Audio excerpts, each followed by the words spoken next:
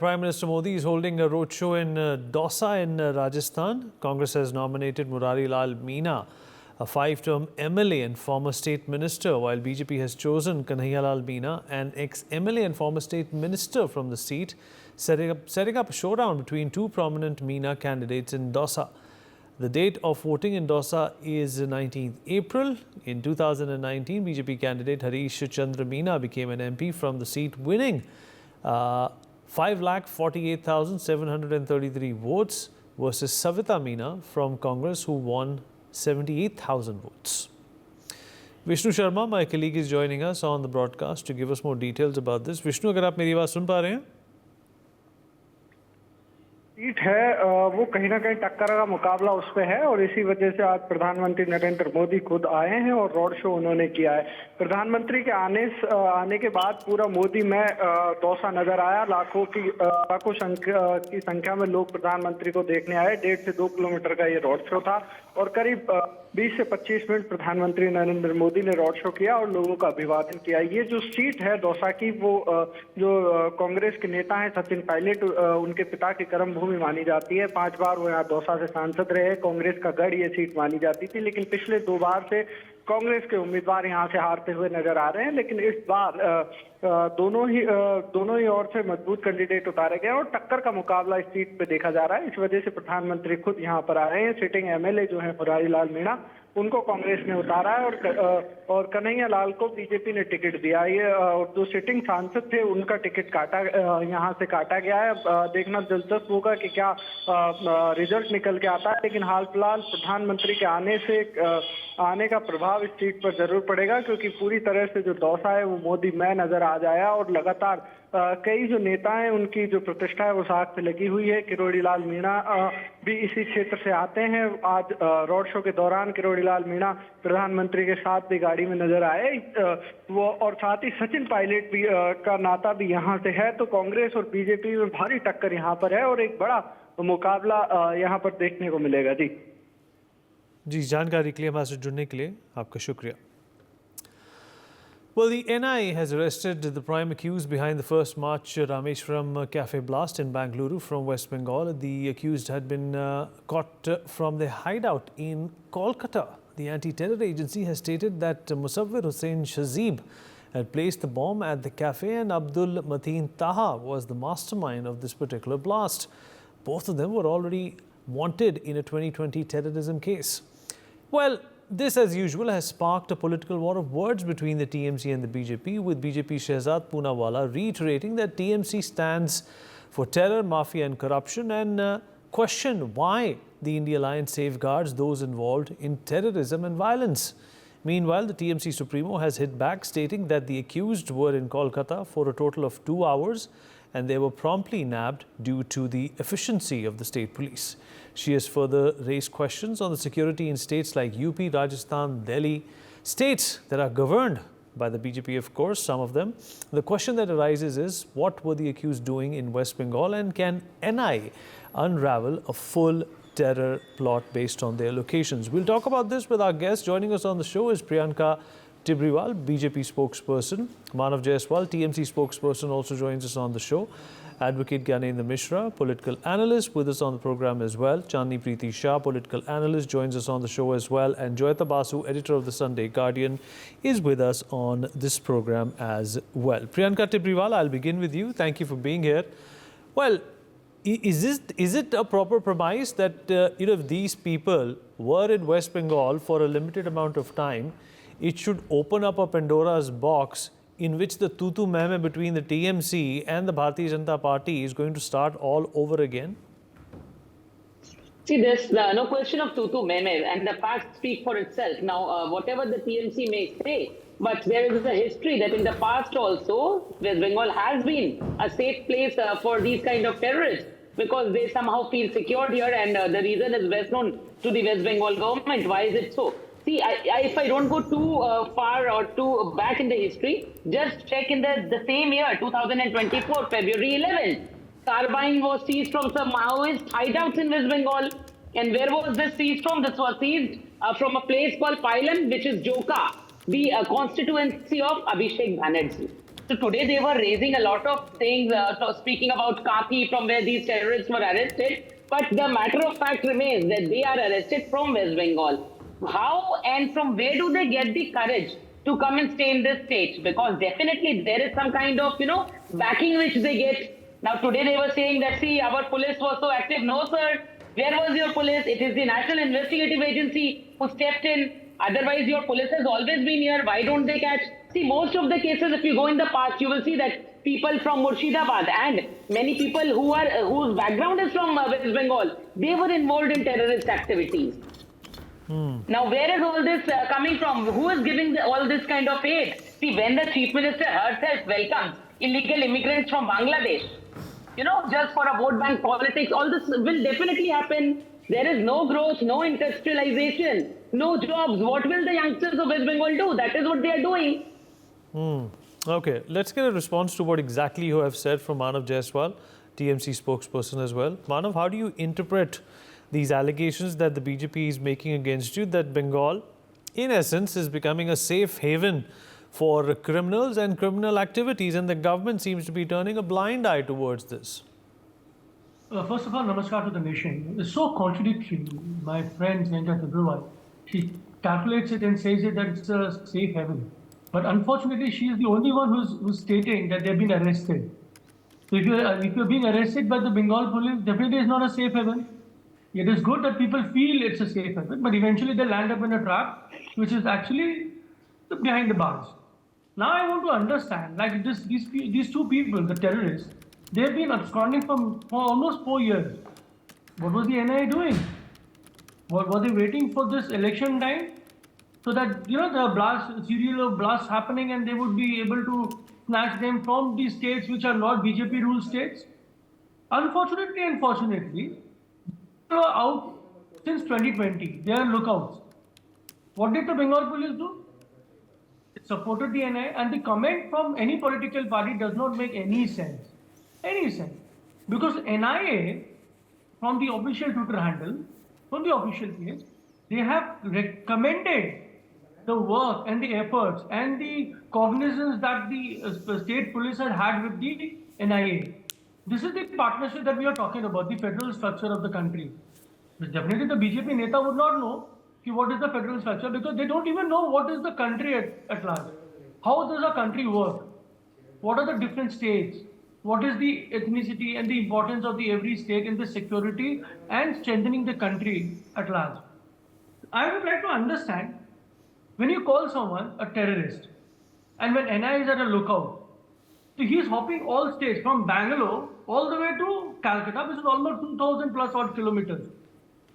So who is efficient? Simultaneously, this young lady, Priyanka, she was so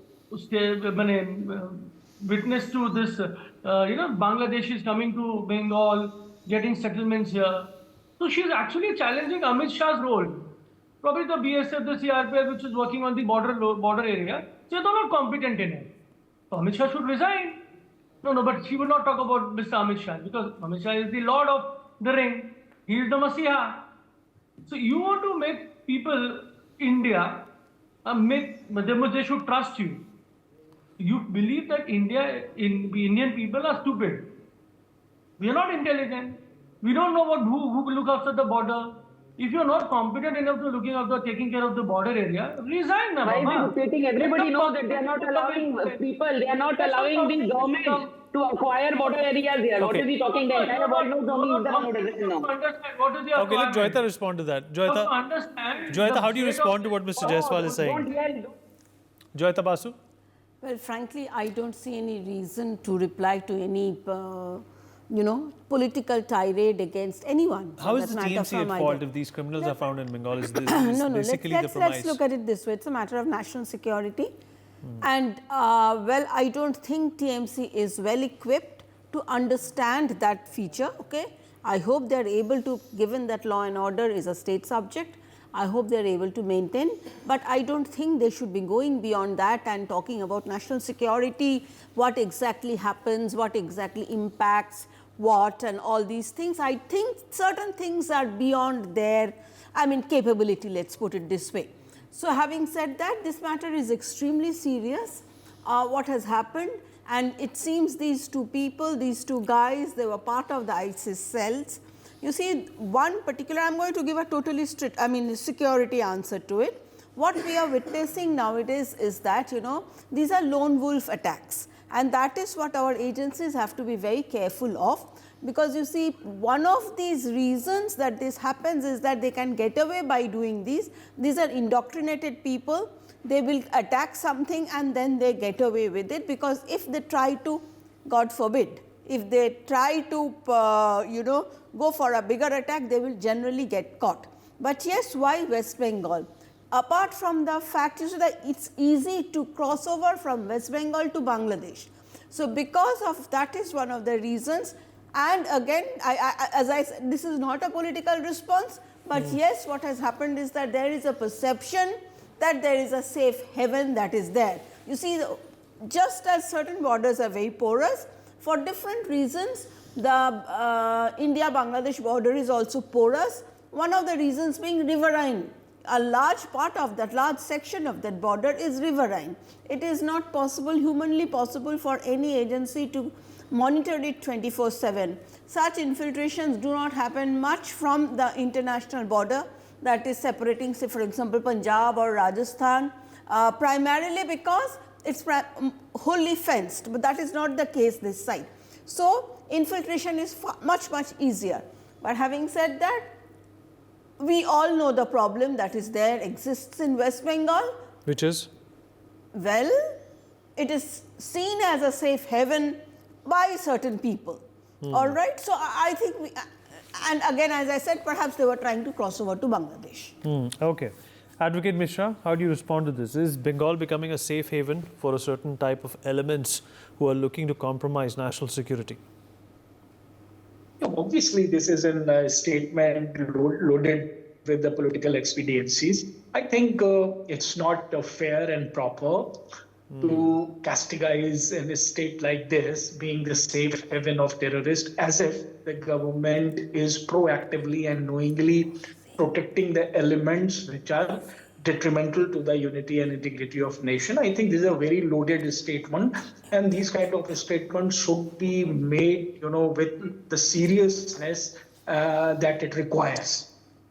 As far as this particular case is concerned, you see, the blast has happened in March 1, and these peoples were traveling across different states. That's the NIA story as well. They were first, stayed in a hotel in Chennai, where they masterminded the blast. They did the strategies and other things. And then the blast happened in Bengaluru. The police of the different states like, Karnataka, Telangana, Chennai, West Bengal, we are cooperating with the central agencies to nab these people. They are hardened criminal terrorists. They must be, for the 1.5 months, they must be hiding in the different states in a different location. And would you then start telling that wherever they have gone, wherever they have shelter for a day or two, those states are safe haven for the terrorists, or as if that the state elements were actively harboring these people or giving them some kind of protection. I think our politics has really gone down below is all about hitting below the belt, which should not be the case. In this particular case, I believe that the West Bengal police and the central agency coordinated very well, and they nabbed these people where they were staying in a hotel within the 3-4 days of a stay in West Bengal. And I think we should appreciate the cooperation between the different state police and the central agencies because these kind of cooperation is very elemental and necessary to nab these kind of terrorists who have a huge network and the pocket of protections at a different place. So I would suggest that we should not make the politics out of such a serious issue. And in this particular, I think we should appreciate that the various state police and the central agencies in a well-coordinated move nabbed them, and this is the way it should be looked at. Okay, Chandni, how do you look at the situation? Should we be, in fact, be politicizing something like this, or should we be appreciating the West Bengal government? Because obviously, these arrests won't have been possible without the cooperation of local agencies with central agencies. Yeah, so Vineet, I completely agree that the NIA, along with the central agencies and the state police force of West Bengal, Telangana, Karnataka, and Kerala as well, they coordinated efforts to apprehend the suspects. I agree on this, and this is what the agencies are meant to do. They are supposed to do. But would this have been possible if the NIA and central agencies were not at the forefront of running this show?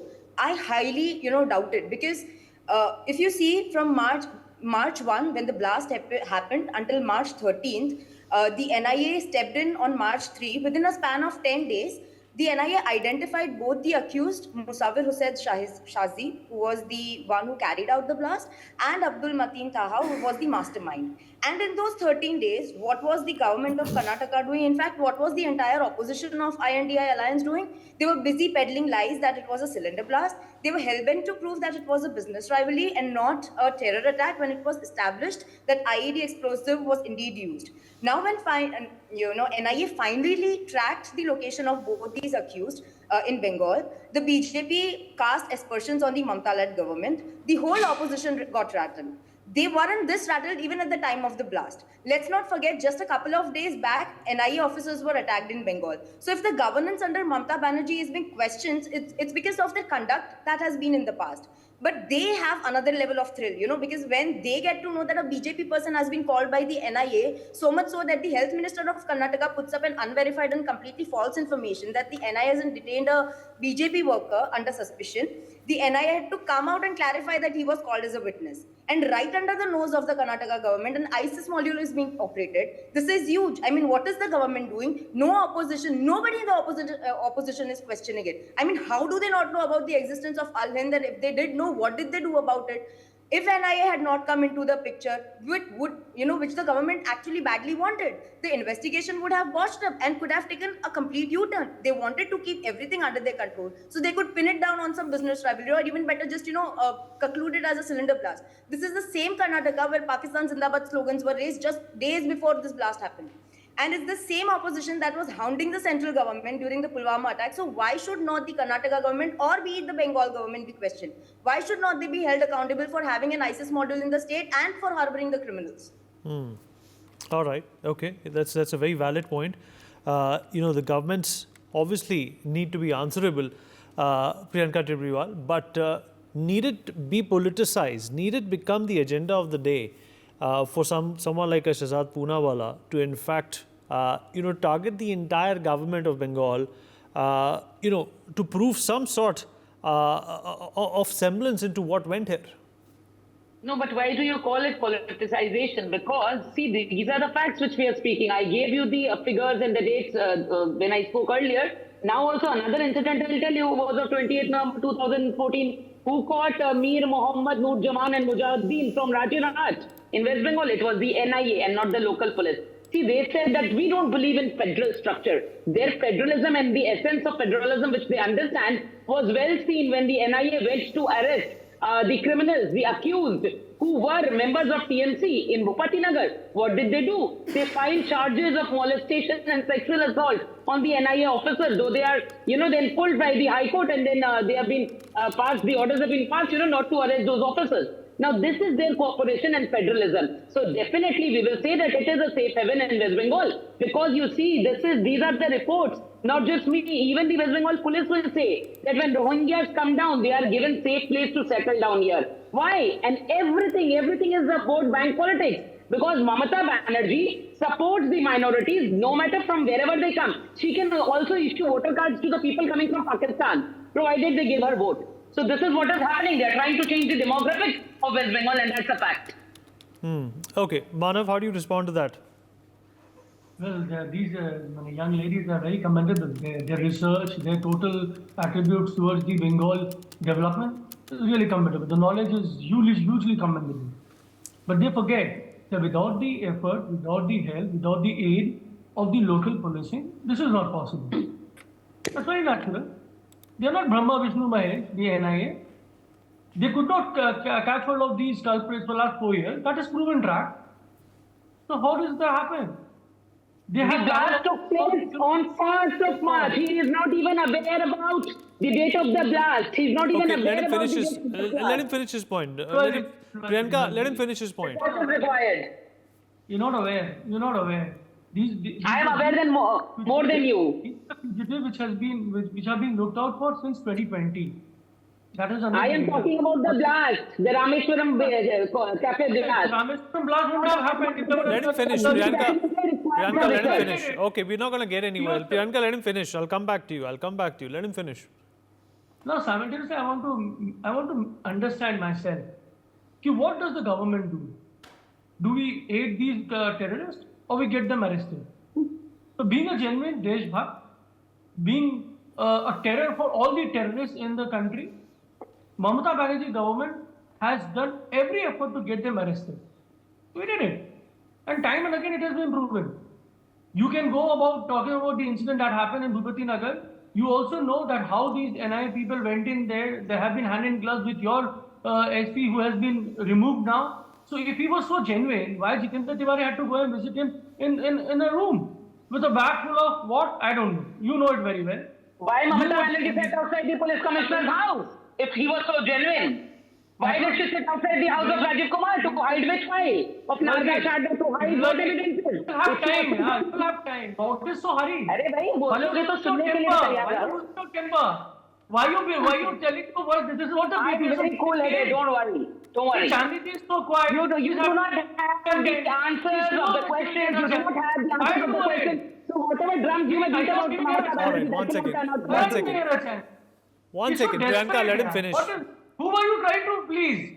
Your Zamitar in Delhi, they would not listen to you. Who are you trying to please? One second. All right, Manav, let's not get personal. Manav, stick to the question I asked you. I'm just letting her know. She's not aware of it. Okay, Priyanka, let him finish his point. But she's so desperate to prove herself that she can say anything against Bengal and I have to listen to her. No, I'm a Bengali. I would not listen to anything that comes. No, I'm saying okay, this all is right. what they do functional Kind of comment. Bengal. Okay. All right. You trying to tell me that people who are coming from Bangladesh, they're coming now and Amit Shah is quiet. One second. Whole BJP gets this agenda and a narrative which says... One second. All right, Joyita, do you think there was also cooperation? One second, Manav, one second. Let other people speak as well. Joyita, do you think... Right, one second. Joyita, do you think this would have been possible without the cooperation? All right, please put their faders down. Joyita, do you think this would have been possible without the cooperation of the Bengal government? Let's put it this way. The police is aware, whichever state, city, wherever they are, it's the police that has, the local police that has the maximum information about what is going on the ground. Okay? And it's totally on the police whether that information will be acted upon or not. I mean, police has that kind of grasp and power, and they have it in West Bengal also. So, I do believe that this particular arrest would not have happened without the cooperation of the Bengal police. But having said that, I also want to point out this is the same police that sat on the information, could not arrest, what's that guy's name, that Shahjahan Sheikh, for I think 51 days. So, it is ultimately the police, when it comes to the first responding in terms, they will do it. In certain cases, they will do it. In this case, I guess whatever, I would say that necessity of the moment, you cannot possibly acting against national interest when you have got terror blasts, terrorists involved. But at the same time, when the police wants to be political, it can be very political, and that's true in Bengal as well.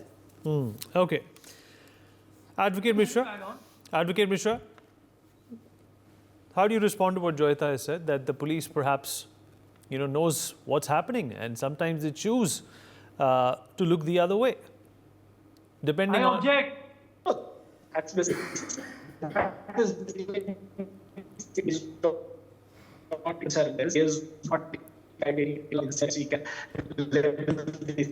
All right, so I can't hear you properly. Let me get a response from Manav, and then I go to Chandni. Manav, go ahead. Ms. Joyita, she should apologize in the first place. She is challenging, she is questioning the integrity of every police officer. She should apologize on the national TV just right now. Apologize of what? You We cannot have just to say has a right to a opinion. sweeping remark and just get away. It was my The element of every She has a right, Manav, she has a right to her in opinion. the country cannot be challenged and cannot be Manav, subsidized. It's just a manner. Manav, she has a right to her opinion. You also say a lot of No, things. she can have a right to her opinion to her own That's your capacity. problem. But you're challenging the integrity of an officer, an uniformed man. You cannot do that. Nobody, no constitution has given you that right. All right, okay. What you have done with the You should apologize. Please, immediate effect. What fake chief outrage? minister- All right, I want Chandni to come in. Chandni, how do you look at the situation? You have to ask Once them to again, once apologize. again, we can't These have- kind of Who people is he? should not be coming on the Who is panel. he? We can't have. Who is he You have asking got me no my right to challenge apology? and That's- suppress the integrity She- of she- any she- officer in the country. that's her It doesn't opinion. have anything To say police Manav, is that's not police. Manav, that's her opinion. You've also had your opinions on this show. You've said a No, lot of no, unsavory no, things. no, it's You about have also challenging said the you have also said a lot of unsavory No, things about the Prime Minister have and to other prove BJP it, leaders. or else we have I to don't remember. apologize. One second, Manav. You have No, also no. said a lot of unsavory things about people Why on the not? show. Why not? Come on. Can I Nobody ask has asked you to Why is he apologize. behaving like a hoodlum on national TV? Okay, all right. I want Why Chandni's is- response. Why is he behaving like a hoodlum on national TV? Okay, please put Manav's fader down. Please mute Manav. All right, can we please put his fader down? Chandni, last word from you and then we wrap up. Why is he behaving like a hoodlum on national TV? The same. All right, Chandni, 1 second, Manav, let other people You speak. don't have manners. All right, You come on, don't let's not believe get in any personal. uniform Manav, let's not get personal. Screaming, People not like you me. should be out and out. Manav, let's from not any get manners. personal. All right, we've run out of time. This is not going anywhere. For more such videos, subscribe to the NewsX YouTube channel, hit the bell icon.